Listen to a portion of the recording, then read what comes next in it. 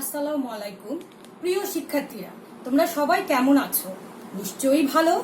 আমিও ভালো আছি। বিশ্বজুড়ে একটি ভাইরাস চলছে, যার নাম হচ্ছে করোনা ভাইরাস। আসো, মহান আল্লাহ তাআলার কাছে আমরা সকলেই প্রার্থনা করি, আল্লাহ যেন আমাদের এই ভাইরাস থেকে পরিত্রাণ করে এবং সুস্থ ও স্বাভাবিক রাখে। প্রিয় শিক্ষার্থীরা, তোমরা সবাই বাসায় বসে নিশ্চয়ই কিছু পড়াশোনা করছো, কিন্তু আমার সাথে তোমাদের দেখা হচ্ছে না এবং আমার ক্লাস তোমরা পাচ্ছ না। তাই তোমাদের আজকে আমি ক্লাস একটি উপহার দেওয়ার জন্য এবং তোমাদের পড়া বোঝানোর জন্য এবং মনোযোগ আকর্ষণ করার জন্য আমি তোমাদের আজকে সামনে হাজির হলাম। প্রথমেই তোমাদের স্বাগত। আমি মেহেরুন্নেসা সিদ্দিকা, সহকারী শিক্ষক, বেগম নূরজাহান মেমোরিয়াল উচ্চ বালিকা বিদ্যালয়, বিষয় বাংলা, শ্রেণী ৮ম। আমরা কিছু ছবি দেখতে পাচ্ছি। প্রিয় শিক্ষার্থীরা, প্রথম ছবিটিতে আমরা কি দেখতে পাচ্ছি? প্রথম ছবিটিতে আমরা দেখতে পাচ্ছি একটি লোক ভাব ধরে আছে। দ্বিতীয় ছবিটিতে আমরা দেখতে পাচ্ছি একটি মহিলা ভাবছে এবং তৃতীয় ছবিটিতে আমরা দেখতে পাচ্ছি কতগুলো মহিলা খেতে কাজ করছে। এই তিনটি ছবিগুলো দেখে আমরা কি বুঝতে পারলাম? আমরা বুঝতে পারলাম যে আজকে আমাদের পাঠের বিষয় হচ্ছে ভাব ও কাজ। ভাব ও কাজ লিখেছেন কাজী নজরুল ইসলাম। এখন আমরা সবাই দেখে নিই আজকে আমরা কি কি শিখব।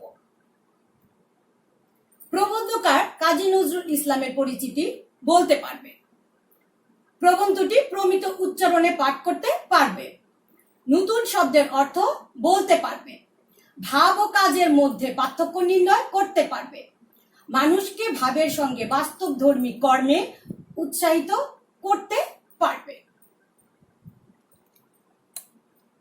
আচ্ছা, এখন কাজী নজরুল ইসলাম সম্পর্কে আমরা একটু জেনে নিই। কাজী নজরুল ইসলাম 1899 খ্রিস্টাব্দে 24শে মে বর্ধমান জেলার আসানসোল মহকুমার চুরুলিয়া গ্রামে জন্মগ্রহণ করেন। তার পিতার নাম হচ্ছে ফকির আহমদ আর মাতার নাম হচ্ছে জায়দা খাতুন। কাজী নজরুল ইসলাম শিক্ষা জীবনে প্রথমে গ্রামে প্রাথমিক শিক্ষা লাভ করেন। পরে ময়মনসিংহ জেলার ত্রিশালে দড়িরামপুরে স্কুলে সে 10ম শ্রেণী পর্যন্ত পড়াশোনা করে। এরপর কর্মজীবনে কাজী নজরুল ইসলাম প্রথমে লেটর দলে এবং রুটির দোকানে এবং পরে সেনাবাহিনীতে যোগদান করেছিলেন। কাজী নজরুল ইসলাম কাব্য গ্রন্থ হচ্ছে বিষের বাসী, সাম্যবাদী, উপন্যাস হচ্ছে কুহেলিকা, রিক্তের বেতন, আর প্রবন্ধ গ্রন্থ হচ্ছে যুগবাণী, রুদ্র মঙ্গল। এছাড়াও হচ্ছে কাজী নজরুল ইসলামের জীবনী গ্রন্থ হচ্ছে মরু ভাস্কর, শিশুতোষ রচনা হচ্ছে ঝিঙ্গে ফুল, আর কাজী নজরুল ইসলামের সম্পাদিত পত্রিকা হচ্ছে ধূমকেতু লাঙ্গল। তারপর কাজী নজরুল ইসলাম 1974-এ ডিলিট উপাধিতে লাভ করেন। এছাড়াও 1976 সালে সে ঢাকা বিশ্ববিদ্যালয়ে স্বর্ণপদক পান। কাজী নজরুল ইসলাম মৃত্যুবরণ করেন 1976 খ্রিস্টাব্দে 29শে আগস্ট এবং তার সমাধি হয় ঢাকা বিশ্ববিদ্যালয়ে কেন্দ্রীয় মসজিদ প্রাঙ্গণে। আচ্ছা, এখন আমরা কিছু শব্দের অর্থ জেনে নিই। আসমান, আসমান হচ্ছে আকাশ। জমিন, জমিন হচ্ছে ভূপৃষ্ঠ। অনর্থক, অনর্থক হচ্ছে ব্যর্থ। তোমরা একটু ভালো করে দেখে নাও। দাঁত, দাঁত হচ্ছে প্রতিহিংসা, আমরা ছবিতে দেখতে পাচ্ছি। তোমরা একটু ভালো করে লক্ষ্য করো। বানবাসী, বানবাসী হচ্ছে বন্যায় ভাসানো। কবজায়, কবজায় হচ্ছে অধিকার। ঋষি, ঋষি হচ্ছে শাস্ত্রজ্ঞ তপসী। মশগুল, মশগুল হচ্ছে মগ্ন। বদখেয়াল, বদখেয়াল হচ্ছে খারাপ আচরণ। তোমাদের সুবিধার জন্য এবং তোমরা যেন বুঝতে পারো সেই কারণে আমি কিন্তু শব্দের অর্থ সহ ছবি দিয়েছি, যাতে তোমরা বুঝতে পারো। কর্পূর, কর্পূর হচ্ছে বৃক্ষরস থেকে তৈরি গন্ধদ্রব্য বিশেষ। তোমরা কি বুঝতে পারছো শিক্ষার্থীরা? আচ্ছা। বন্দোবস্ত, বন্দোবস্ত হচ্ছে আয়োজন। কুম্ভকর্ণ, কুম্ভকর্ণ হচ্ছে সহজে যাকে জাগানো যায় না। কি শিক্ষার্থীরা, তোমরা কি বুঝতে পারছো? নিশ্চয়ই বুঝতে পারছো। আচ্ছা, এখন আমি একটু এই প্রবন্ধটি পাঠ করব।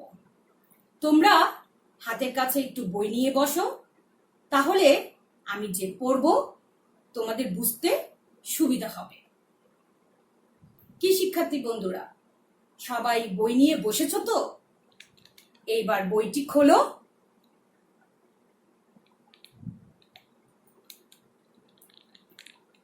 ভাবে আর কাজে সম্বন্ধটা খুব নিকট বোধ হইলেও আত্মে এ জিনিস দুইটাই আসমান জমির তফাৎ।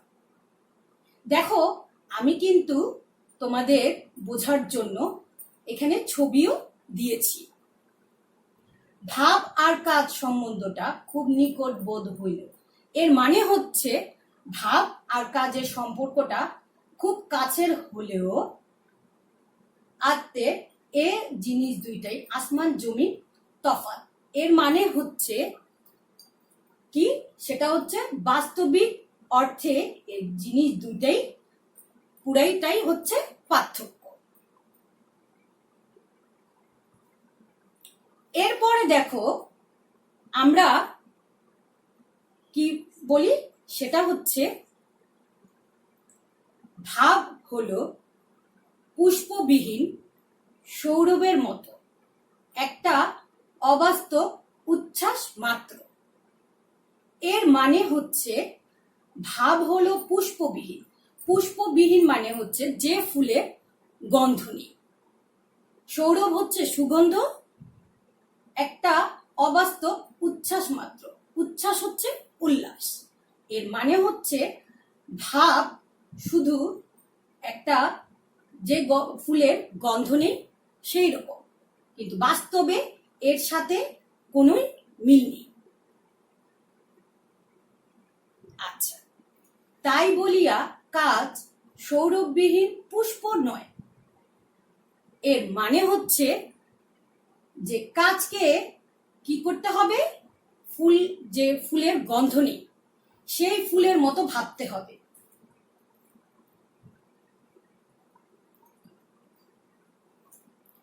ভাবকে কাজের দাসরূপে নিয়োগ করিতে না পারিলে ভাবের কোনো সার্থকতাই থাকে না। তাহলে শিক্ষার্থীরা তোমরা একটু বুঝতে চেষ্টা করো, কি বলেছে এই চরণটি? বলেছে ভাবকে কাজের দাসরূপে নিয়োগ করিতে না পারিলে ভাবের কোনো সার্থকতাই থাকে না। এর মানে হচ্ছে ভাবকে কার্যের, কার্যের মানে কাজ, দাসরূপে হচ্ছে চাকরের স্বরূপ। তাহলে বলছে ভাবকে যদি চাকরের স্বরূপ মনে করা হয় তাহলেই সেই ভাবের কোনো সার্থকতা থাকে না। ভাব দিয়া লোককে মাতাইয়া তুলিয়া যদি সেই সময় গরমা গরম কার্য সিদ্ধি করিয়া লওয়া না হয়, তাহা হইলে পরে সে ভাবাবেশ কর্পূরের মতো উড়াইয়া যায়। এখানে তোমরা ছবিতে দেখতে পাচ্ছ।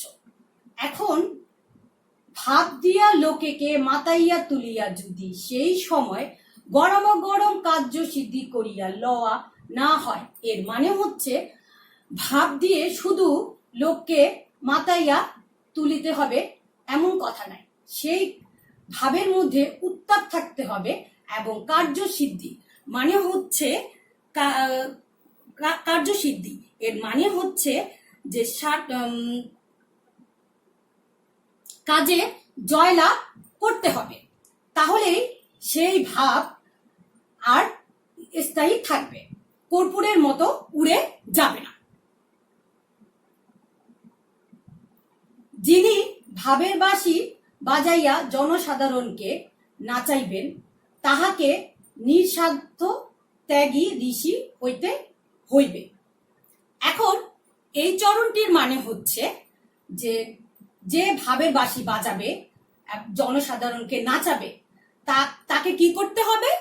তাকে হচ্ছে স্বার্থ বিসর্জনকারী ঋষি হতে হবে, না হলে সে জনসাধারণকে নাচাতে পারবে না। আগে হইতে সমস্ত কাজের বন্দোবস্ত করিয়া কার্যক্ষেত্র তৈরি রাখিয়া লোকদিগকে সোনার কাঠি ছোঁয়াইয়া দিয়া জাগাইয়া তুলিতে হইবে। আমরা নিশ্চয়ই ছবিতে দেখতে পাচ্ছি। এখন এই চরণটির অর্থ হচ্ছে আগে হইতে সমস্ত কাজের বন্দোবস্ত করিয়া। এর মানে হচ্ছে আগে থেকে যদি আমি সব কাজের ব্যবস্থা করে কাজের ক্ষেত্র তৈরি করি এবং লোকদেরকে সোনার কাঠি ছোঁয়া জাগাইয়া তুলতে হইবে, তাহলে সেই কাজ সম্পূর্ণ হবে, না হলে হবে না। অনর্থক জাগাইয়া যদি লোকদিগকে দেখিয়া কোনো কাজ নাহি, তাহলে আবার ঘুমাইয়া পড়িবে এবং তখন আর জাগিবে না, তাহা হবে কুম্ভকর্ণের ঘুমের মতো। এর মানে হচ্ছে যে অনর্থক হচ্ছে ব্যর্থ। এখন যদি আমি একটা ধরো কাজ করলাম এবং কাজে যদি আমি ঘুমিয়ে পড়ি আর যদি না জাগি আর সেই কাজে ব্যর্থ হই, তাহলে সেই ঘুমটা হবে কি কুম্ভকর্ণ ঘুমের মতো। আর কুম্ভকর্ণ হচ্ছে যে সহজে জাগে না।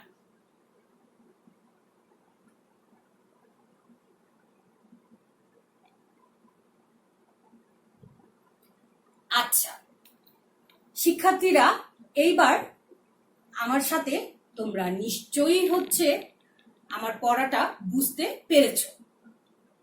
এইবার আমি যে প্রবন্ধটি পাঠ করলাম, এখন আমরা তো নিশ্চয়ই কিছু শব্দ পেয়েছি নতুন নতুন। তোমাদের মনে নিশ্চয়ই হচ্ছে জাগ্রত হচ্ছে যে এই শব্দের অর্থ কি, ওই শব্দের অর্থ কি। যে আমাদের মিস তো পড়িয়েই গেল, কিন্তু আমরা তো এই শব্দের অর্থগুলো বুঝতে পারলাম না। এখন আমি সেই শব্দের অর্থগুলো তোমাদেরকে বুঝিয়ে দিচ্ছি। তোমরা একটু 10 মিনিট 10 সেকেন্ড একটু খাতায় নোট করে নিতে পারো। কি প্রিয় শিক্ষার্থীরা, তোমরা খাতা খুলেছো তো? খাতা সামনে নিয়েছো তো? এবার কলমটি দিয়ে ভালো করে লক্ষ্য করো এবং নোট করে নাও।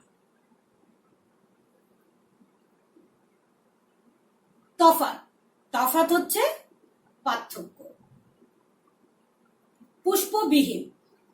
পুষ্পবিহীন হচ্ছে ফুল বর্জিত।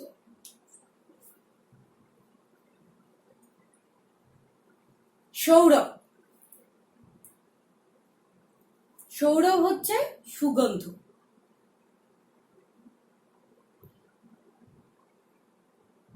কি লিখেছো তো? না লিখলে একটু তাড়াতাড়ি লিখো।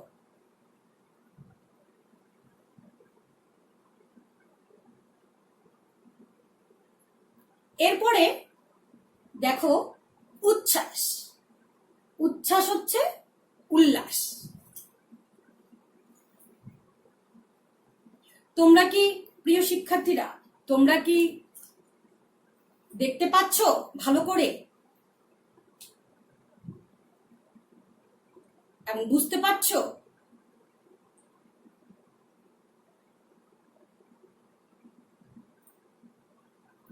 আচ্ছা, এরপরে আসো রূপ। রূপ হচ্ছে লাবণ্য।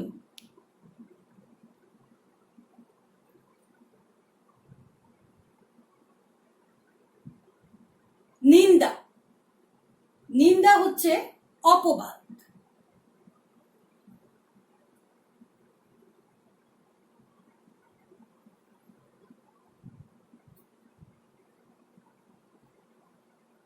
কি লিখেছো তো? না লিখলে একটু তাড়াতাড়ি লিখো। আচ্ছা, এরপরে আমরা পরেরটাতে যাই। আচ্ছা, দাস রূপে। দাস রূপে হচ্ছে চাকরের ন্যায়।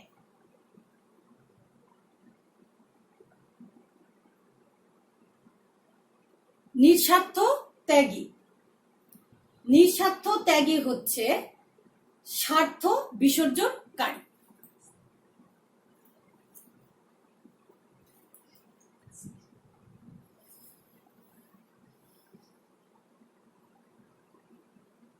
কি প্রিয় শিক্ষার্থীরা, তোমরা কি লিখছো?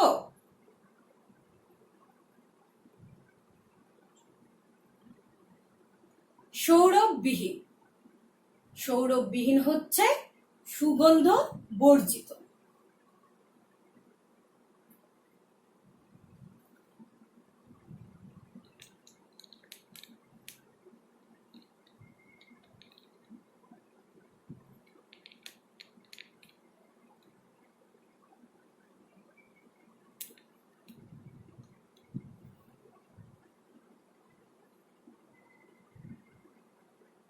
আচ্ছা, এরপরে দেখো গরমা গরম। গরমা গরম হচ্ছে উত্তাপ।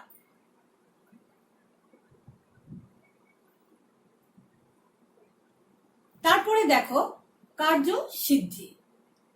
কার্য সিদ্ধি হচ্ছে কাজে জয়লাভ।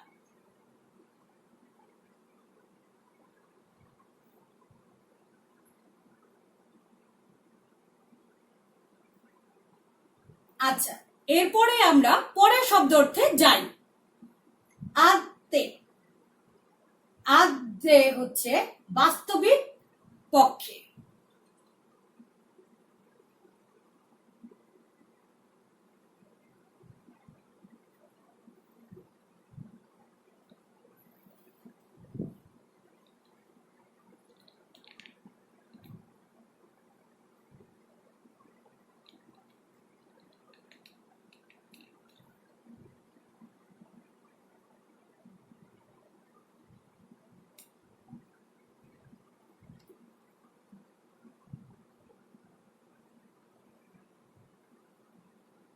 আচ্ছা, এখন তোমরা শব্দ অর্থগুলি জেনে নিলে। নিশ্চয়ই লিখেছ। তোমাদেরকে শব্দ অর্থ লেখার জন্য আমি কিন্তু সময় দিয়েছি। আচ্ছা, নিশ্চয়ই তোমাদের সামনে খাতা কলম আছে, নাকি আবার সরিয়ে ফেলেছো? আচ্ছা, এখন আবার যদি সরিয়ে ফেলো তাহলে আবার খাতা কলমটি একটু কষ্ট করে নাও। এখন আমরা প্রথমেই কিন্তু বলেছিলাম যে আমরা আজকে এই পাঠে কি শিখব? আমরা এই পাঠে শিখব যে ভাব ও কাজের মধ্যে পার্থক্য। তাহলে চলো আজকে আমরা একটু দেখি যে এবং পড়ি যে ভাব ও কাজের মধ্যে পার্থক্য। তোমরা খাতা কলম নিশ্চয়ই সামনে আছে, আমি একটু বলি, তোমরা লিখো এবং দেখো এবং নোট আকারে লিখে নিতে পারো। ভাব ও কাজের মধ্যে পার্থক্য অনেক। মানুষকে উদ্বুদ্ধ করার জন্য ভাবের গুরুত্ব অপরিসীম, কিন্তু শুধু ভাব দিয়ে মহৎ কিছু অর্জন করা যায় না। তার জন্য কর্মশক্তি এবং সঠিক উদ্যোগের দরকার হয়। ভাবের দ্বারা মানুষকে জাগিয়ে তোলা যায়, কিন্তু যথাযথ পরিকল্পনা ও কাজের স্পৃহা ছাড়া যে কোনো ভালো উদ্যোগ নষ্ট হয়ে যেতে পারে। দেশের উন্নতি ও মুক্তি এবং মানুষের কল্যাণের জন্য ভাবের সঙ্গে বাস্তবধর্মী কর্মে তৎপর হওয়া প্রয়োজন। আচ্ছা প্রিয় শিক্ষার্থীরা, আমি তো এবার বললাম, পড়ে শোনালাম, এবার তোমরা একটু এক নজরে দেখে নাও। তোমাদের কিছু সময় দিলাম যাতে তোমরা নোট করতে পারো।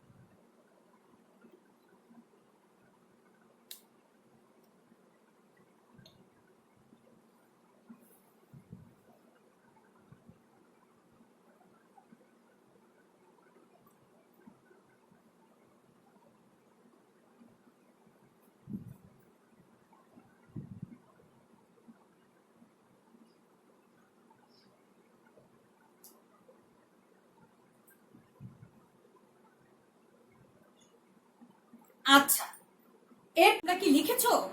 নিশ্চয়ই লিখেছো এবং বুঝতে পেরেছো আশা করি। এরপরে আমরা পরের প্রশ্নে যাই।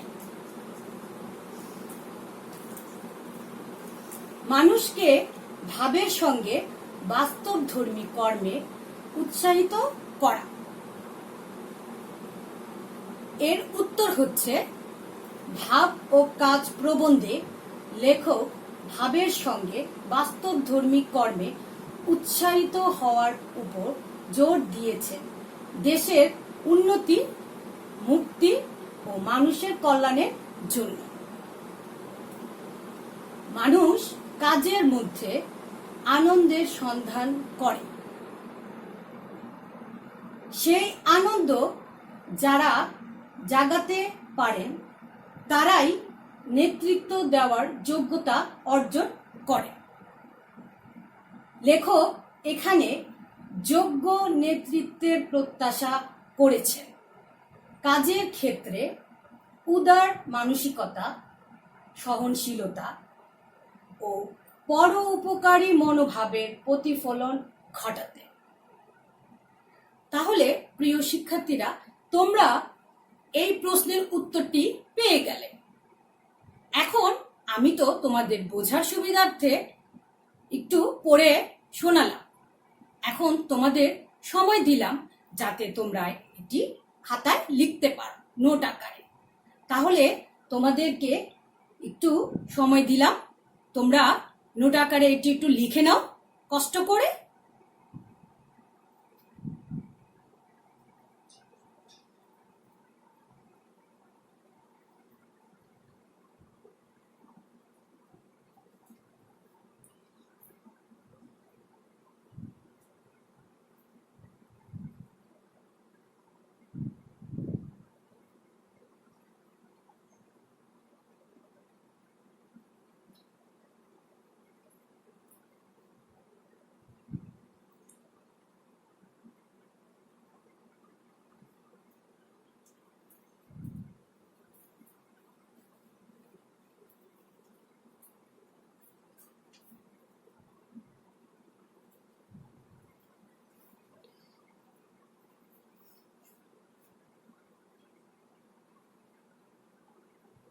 আচ্ছা প্রিয় শিক্ষার্থীরা, এবার নিশ্চয় তো তোমরা লিখেছো, তোমাকে তো সময় দিয়েছি।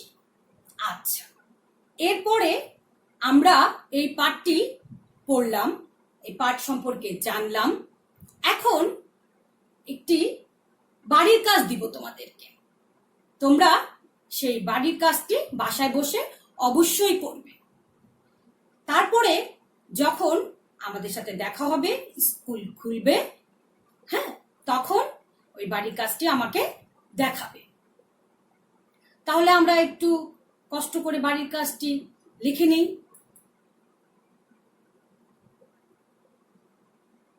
আচ্ছা, তোমাদের জন্য বাড়ির কাজ হচ্ছে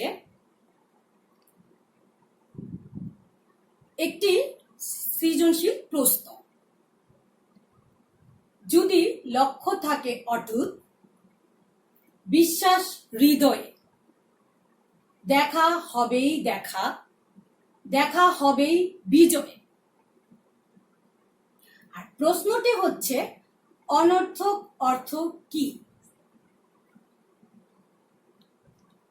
ভাব জিনিসটা হচ্ছে পুষ্পবিহীন সৌরভের মতো, বর্ণনা কর। উদ্দীপকে ভাব ও কাজ প্রবন্ধে কোন দিকটি ফুটে উঠেছে ব্যাখ্যা কর। ভাব ও কাজ প্রবন্ধের মূল কথাই যেন উদ্দীপকে বিদ্যমান, বিশ্লেষণ কর।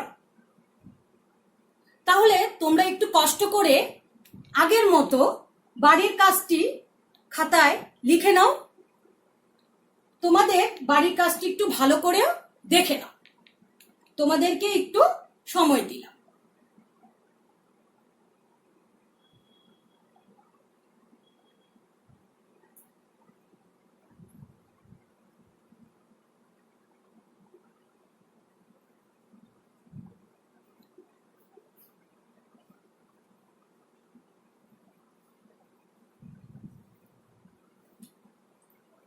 তোমাদের সবাইকে নিশ্চয়ই তোমরা বাড়ির কাজটি লিখে নিয়েছো, এবং আমি আশা করব যে যখন আমাদের সাথে দেখা হবে তখন তোমরা অবশ্যই বাড়ির কাজটি আমাকে দেখাবে। তাহলে আমি বুঝবো যে তোমরা আমার সাথে ছিলে। তোমাদের সবাইকে অসংখ্য ধন্যবাদ আমার সাথে এতক্ষণ ক্লাসকে থাকার জন্য। আবার দেখা হবে। আল্লাহ হাফেজ।